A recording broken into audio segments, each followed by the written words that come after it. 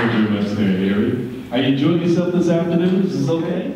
Yeah. You guys gotta get warmed up because we got a great speaker here. We want to hear what's on his mind. Okay, ladies and gentlemen, we have a treat for you for this afternoon, and I feel good about this because I actually watched this young man on the field coaching a team that I didn't particularly care for, but he made me like the Bengals no matter what. He has an inspiration. He is considered one of the most innovative coaches in the NFL, as well as a master of motivational techniques. Sam's inspiration was the key to one of the biggest turnarounds in NFL history. If you are a football fanatic, when the Cincinnati Bengals went from a 14-11 in 1987 to the Super Bowl the next year. Sam was head coach of the Bengals for 8 years, followed by 4 years as head coach of the Tampa Bay Buccaneers. Sam concluded his coaching career in the year of 1995. That's when I was born. Sam is also an accomplished speaker and you do magical work. Wow, man, you're jack of all trades. I like this. He concluded a coaching career, like I say, back in 1995. The lesson he has learned on the field can be helpful to everyone. A recent heart transplant recipient, you saw the video a few minutes ago, he would bring a personal perspective of his leadership, his legacy, and a second chance at life. I know exactly what that means when you're laying in that bed. Okay.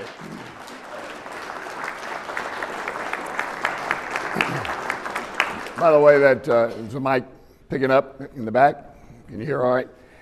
Chris Collinsworth was a longtime great all-pro football player from the University of Florida and is now, of course, with Al Michaels on Sunday Night Football, doing the highlighted game of the week as a color commentator. I think he's probably the best one on the air to do it. But I cut Chris. I was the guy that came to him and said, "Come on in the office. You've lost the steps, time to go. Go on with your Paul Brown's phrase, your life's work." And Chris was not real happy about that, I will tell you, at that moment. But he came back a year later after he was making about $3 million a year, which was more than the Bengals have ever paid the entire team in congregate, and said, "You were right, Sam, it was time to do it." But Chris and I have been great friends for a long time, as well as all those guys up there. They did that. I used to work for CBS and NBC doing the color commentary, and then in the studio when Mike Ditka went back to New Orleans, I replaced him in the studio show, and so they got together after I had an operation that didn't go well and paralyzed my left vocal cord, and I found out real quick that you can't be a color commentator on television if you can't talk. Doesn't go over well. But anyhow, that's it. How many of you, just by just show of hands, it helps me out a little bit, because I do speak more than once a day sometimes. How many of you have either heard me speak before, just by show of hands, have either heard me speak before or you're hearing me for the first time today? If you would raise your hand on either one of those. Easy group. Okay. I've got a son named Jack. He lives in Cincinnati. He's a fifth grader and a good basketball player. He's going to be real tall. Doctors say he's going to be one of those 6'5", 6'6" guys maybe. And Jack is a big sports fan. We were coming home from one of those Saturday morning football games, and he's in the back seat. We're driving, and he says, "Hey, Poppy," and I'm Poppy. He says, "Hey, Poppy, I'm reading a book about the NFL, and you're on page 121, 122, 123, and 124. And he got fired on page 125. So I've been humbled by the best. You cannot humble me anymore, although I am very much appreciative and humbled that you let me have a few minutes of your time here. And I'm looking for the fellow that I met from Cleveland, not you, because you're one of a kind, and I don't want to have to deal with you again. And to sit with him for a whole time. All right. There was somebody, though, out before. We were in the restroom together. They were standing at the urinals. You remember where you are? The reason I knew he was a Cleveland guy was he was standing there and obviously had seats in the dog pound because he was sitting there like that going to the bathroom. But I understand that you don't want to admit you're a Cleveland Brown fan if you don't want to admit it. We got one that fell on the sword for you before we began. I'd like to tell you Just postscript a little bit of what you've just seen here. I'm into my 8th month of recovery. 5 days and 3 weeks, 3 weeks and 5 days after my surgery on September the 13th, 2016, I rode a bicycle 15 miles on a rails to trails that we have in our small town to another small town and back. And the doctors have said that my recovery time has been great. The reason it is that somebody, and I don't know who he is, where he lives, what he does, but or if it's a male, I don't even know that, his heart is in me right now because he had the foresight to think ahead and to leave what seriously I believe, and I said it up there, it was a little puffy up there too, but he left the gift of life for somebody. And not only can your life at your passing, if you've got your little heart on your driver's license, it says you are a donor. And donor means that you're a organ or a tissue donor, both, either one.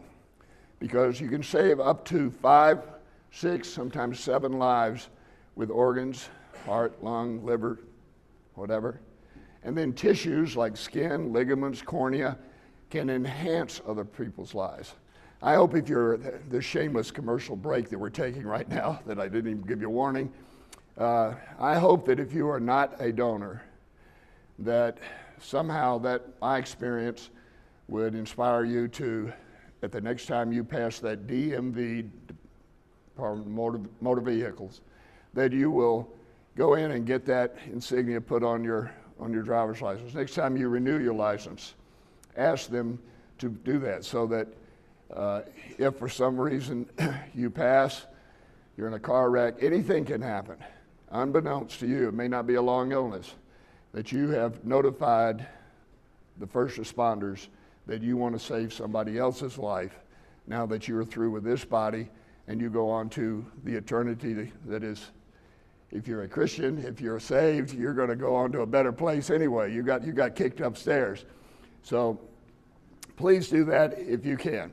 Now, getting back to football, I think that football is like that stadium is almost like a pulpit. It's preaching things that go on in everyday life in your office or your job site every day. Same kinds of encounters between personnel, same kinds of preparation, same kinds of motivation, all those kind of things. Number one, every football player that we have obviously has to be a good athlete. He can either catch the ball, or he can throw it, or he can tackle, or he can run fast. But he also has to fit the chemistry of the team. And I think that's so important in your office situation, in your job office, job site, whatever it happens to be, is that your people are compatible, that they enjoy each other, that they get along well with each other. In the NFL, we go through what's called a draft. They, right after Christmas, they go to a combine in Indianapolis where they measure them in the 40-yard dash. The fast guys nowadays are running in the 4.2 something seconds for 40 yards from a standing start. That is fast. That's like jumping off a cliff and clocking yourself. That's how fast that is. The big guys, the big 300-plus pounders, are now running at some of them at 4.6, 4.7 is maybe an average 4.75, something like that. They're getting bigger, they're getting faster.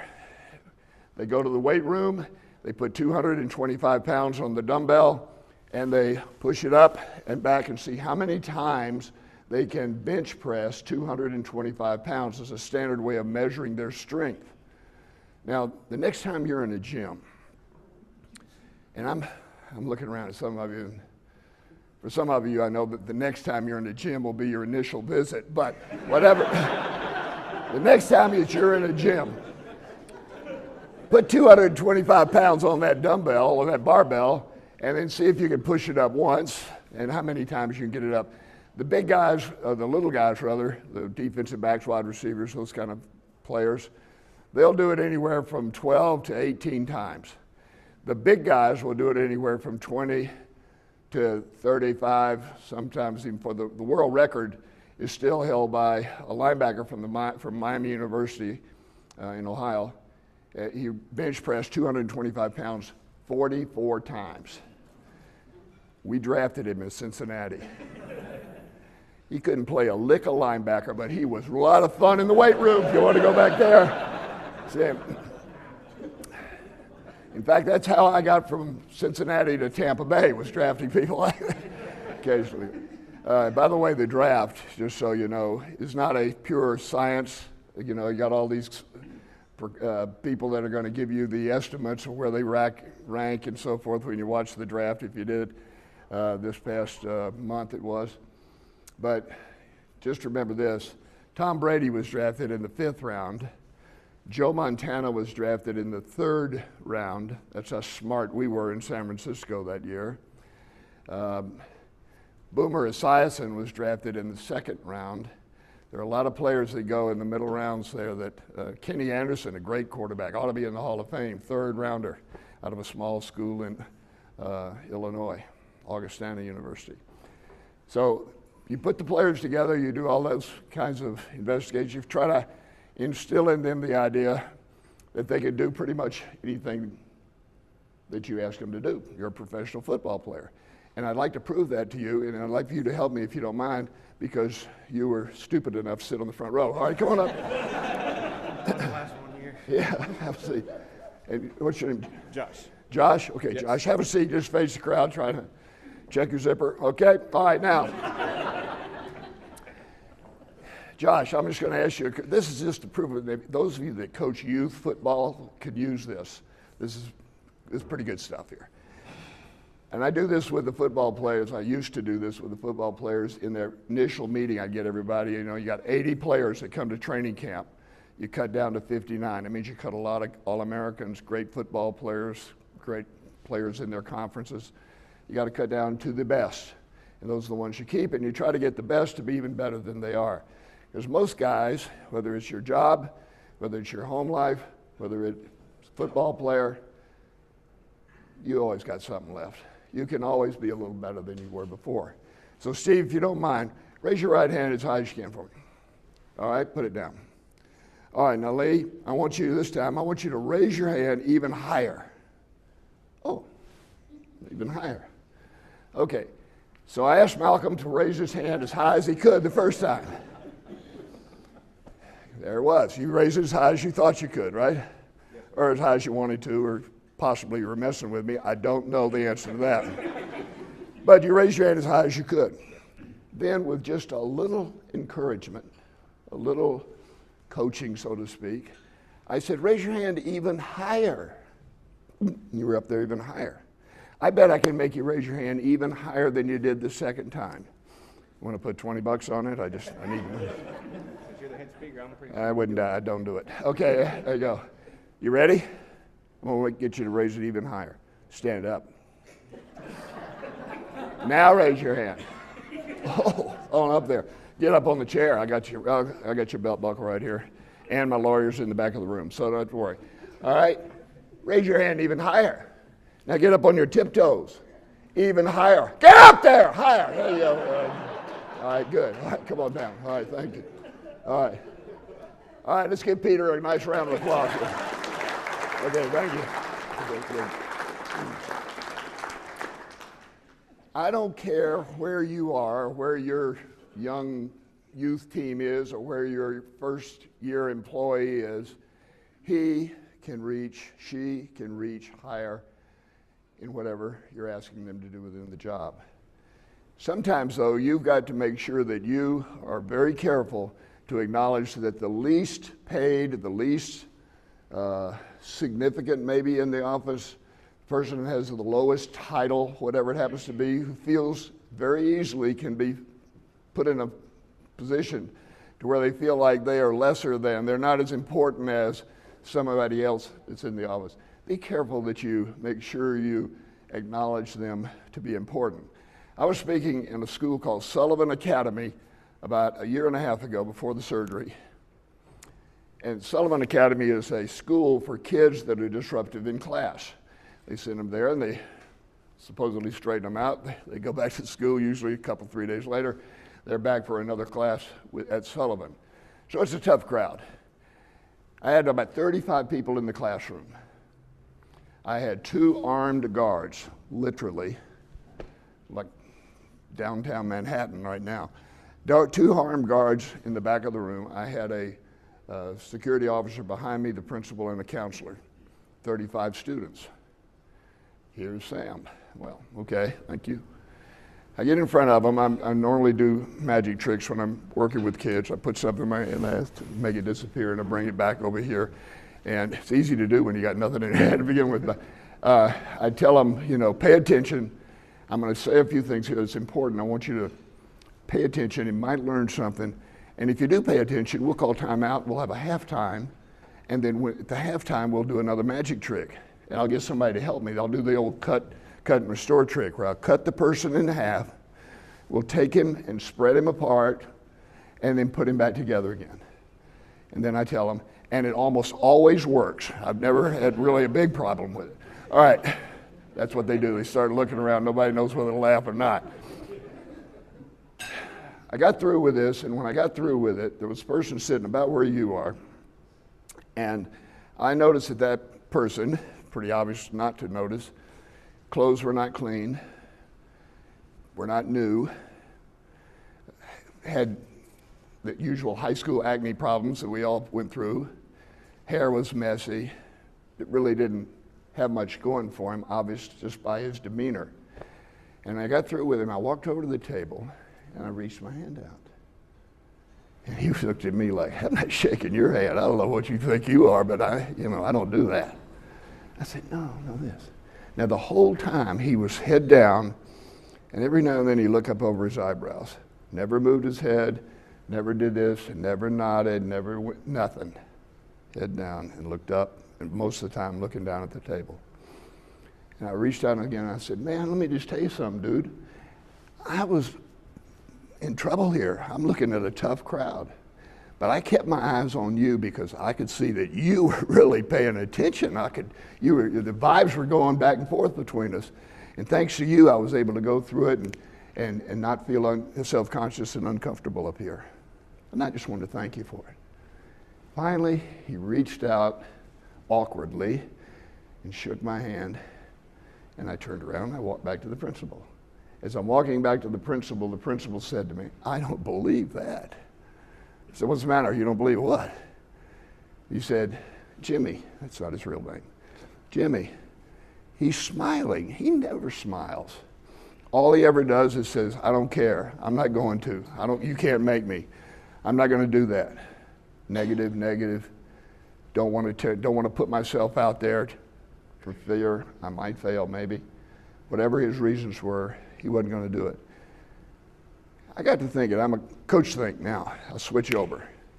I say to myself, it could be like some people in your office or your work environment, could be that nobody has ever really thanked him for something he did for you.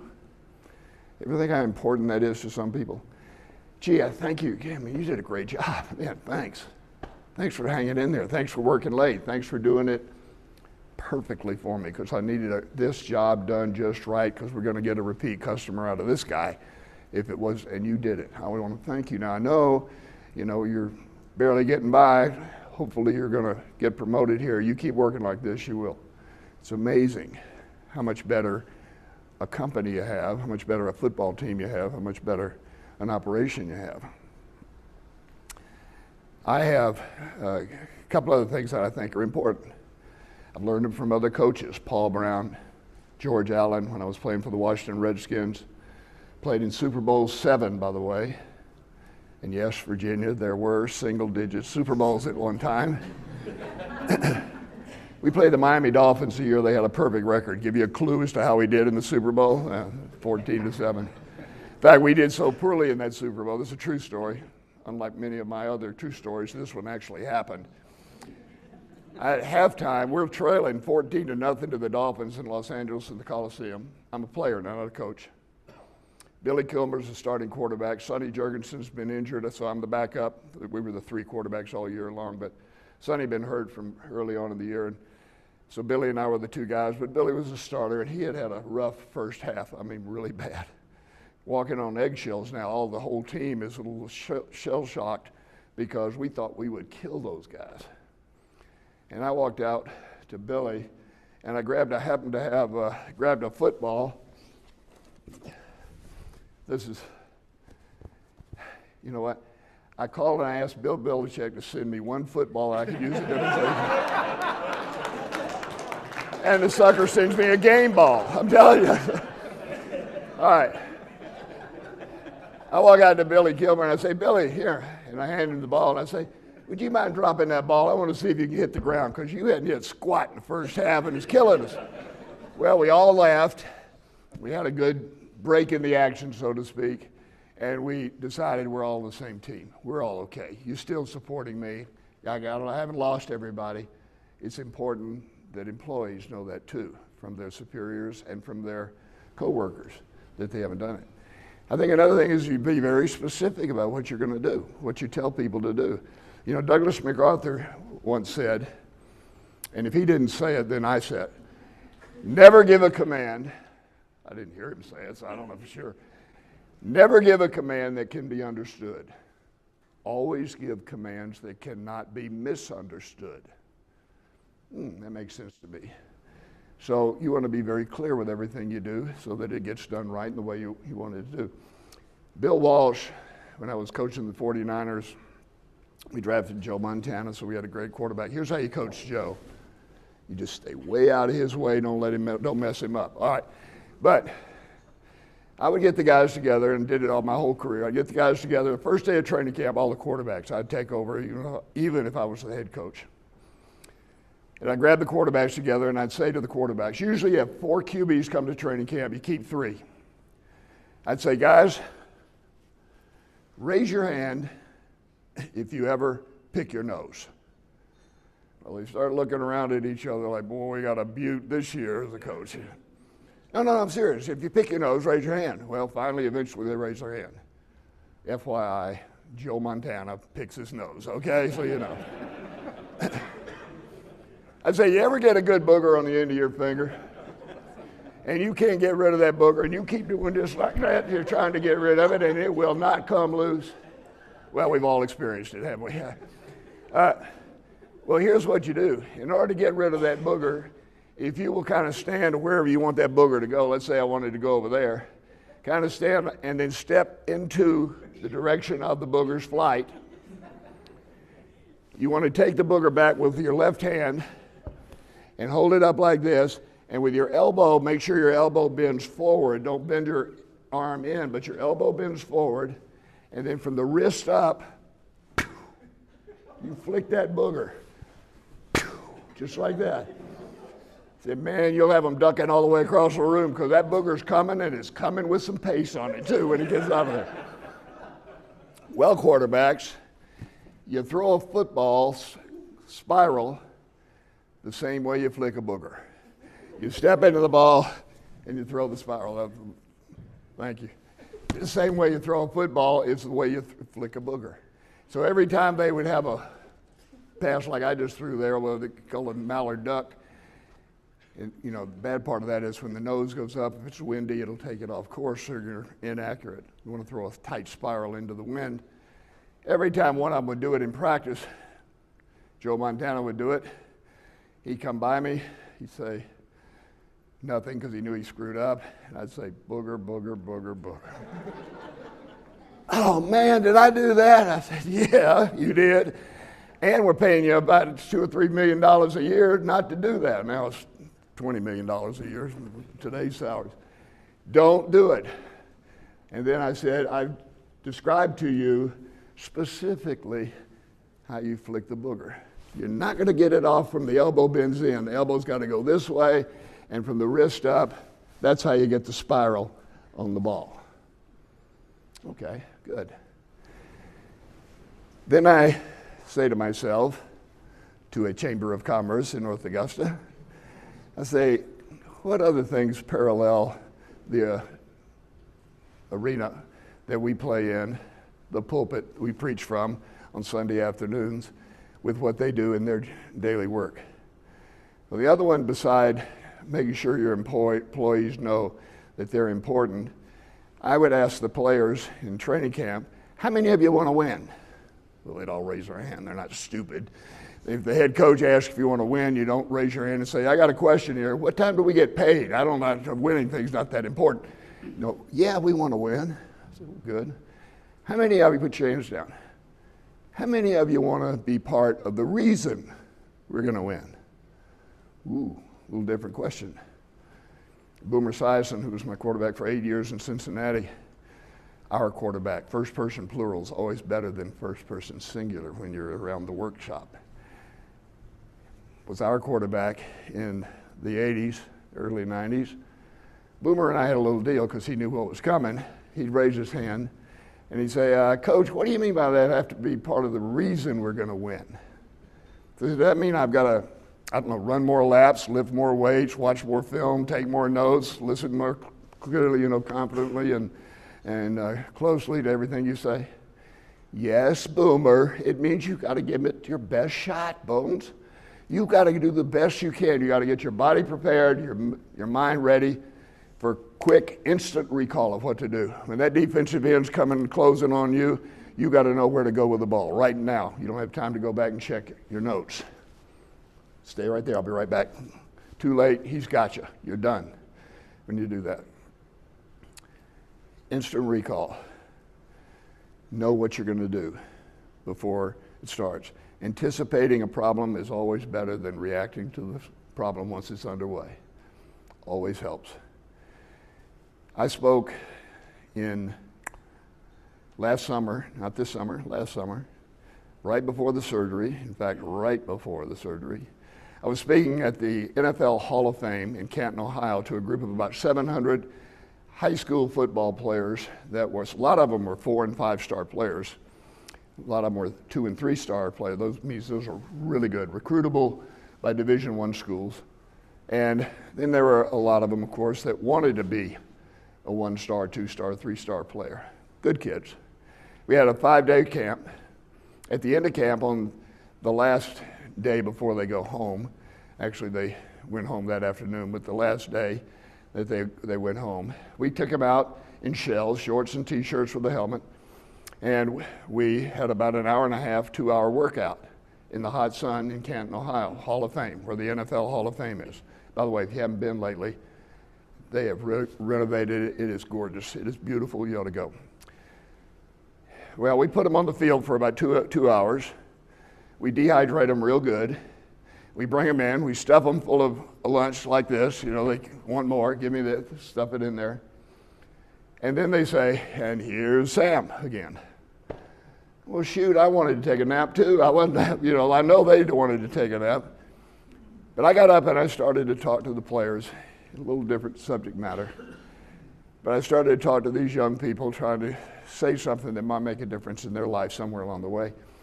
But there was a group of players, there were 9 players from Miami-Dade High School, really good football, national ranked, not just statewide.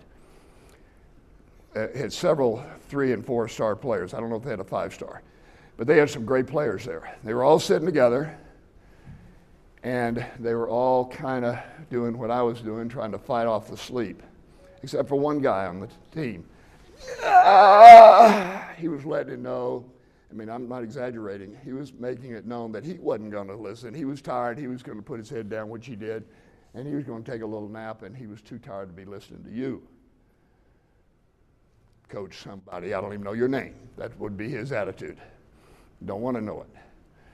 About the third one of those yawns, I said, hey, buddy, come on up. Sit right here for me.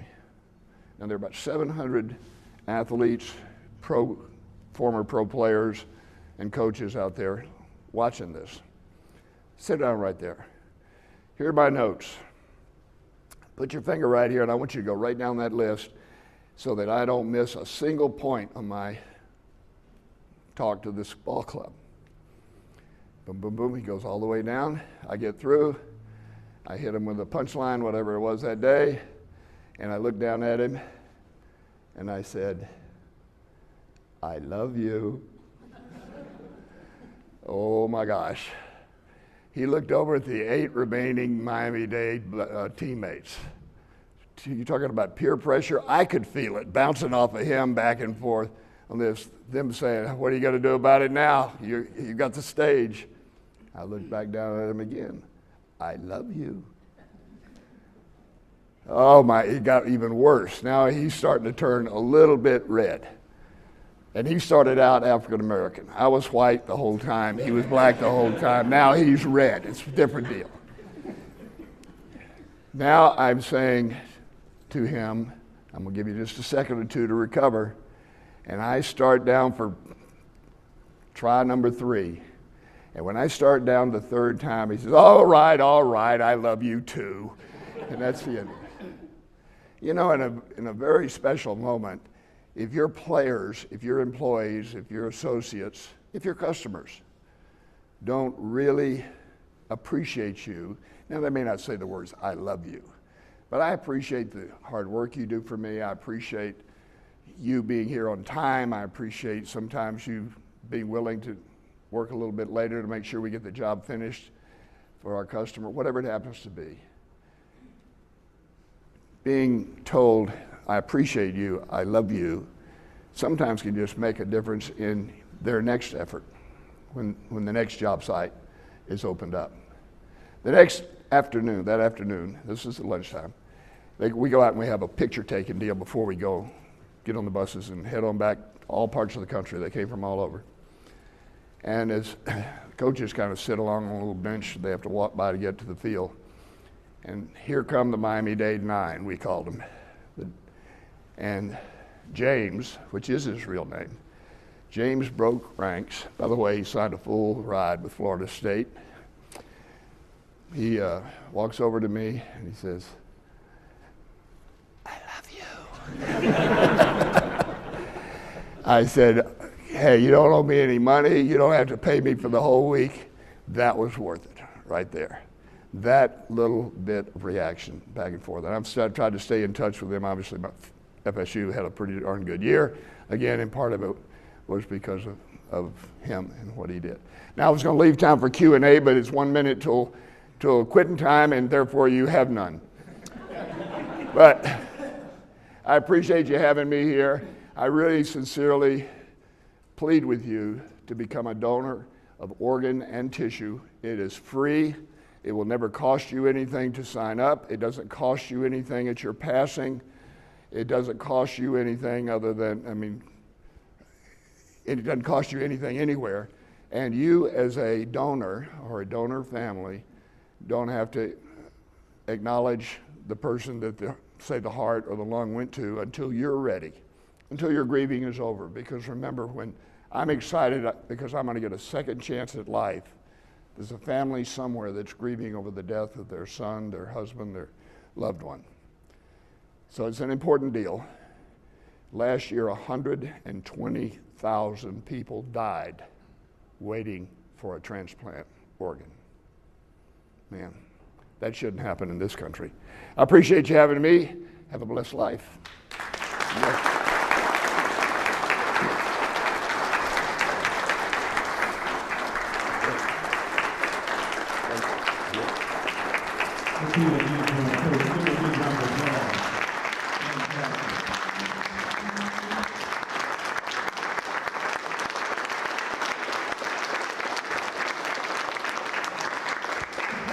Man, oh man. Coach, you had me there for a moment. You know, I was with you. See, now you put pressure. I got my general manager back there. Now you're going to make me raise my hand on the weather wall. So I do exercise. If I get anything else out of all this, I know how to throw a booger now. You know? I want to appreciate you, and I feel very close to you because, like I said, we share not quite the same story, but kind of like the same organ. And he's right. You know, you got to take care of each other. And that's what this whole world is about. Take care of each other. So again, thank you very much for a very inspiring message. Thank you for your visit here across the CSRA. And I also want to thank, first of all, Wyche for supplying us with our fantastic lunch. And give them a big round of applause. We're going to put our other sponsors there for you for this afternoon, too. Augusta University of Savannah River Nuclear Solutions. Give them a big round of applause. SME, CPAs, the Star, and of course WFXG. That's where I work at, Coach.